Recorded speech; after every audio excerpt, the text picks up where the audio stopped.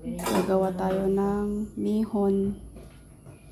mihon quail soup flour. Meron tayong salt. Isang egg. Ayan. Mix natin. Lagay din tayo ng kaunting tubig. Ayan. Ito na ang ating gagawing soup mamaya. So, lagyan natin ng oil. Konti. Magluluto na tayo. Oil. Ito yung ating sabaw. Pakulo tayo ng tubig. Mantika. Lagay tayo ng dilis. Ikan dilis. Ayan. Para sa ating soup.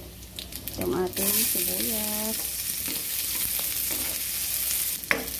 Ayan. Ayan. Sabaw. Ito na yung ating sabaw. Ito na yung sabaw natin. Pinapakuloan nating sabaw. Ikan dilis. Ayan.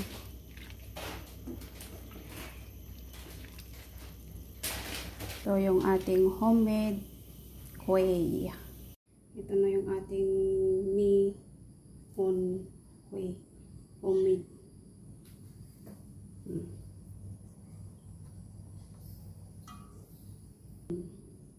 Ganyan yan siya. Don't worry guys, nagugas mo siya ng kamay niya. Mihon.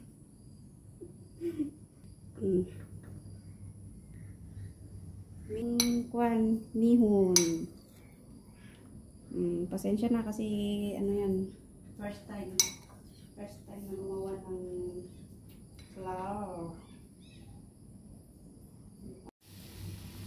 Ito na yung ating mikway.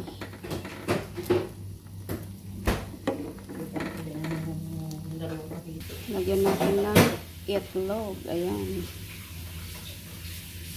Maglagay tayo ng gulay. Ayan. Ayan. Ayan.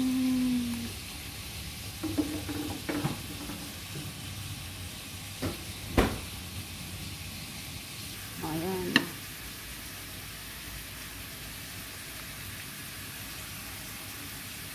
Oh, ito na siya. Sarap.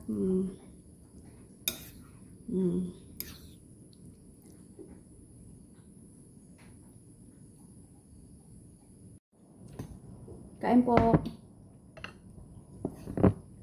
Mihon quail. Sarap.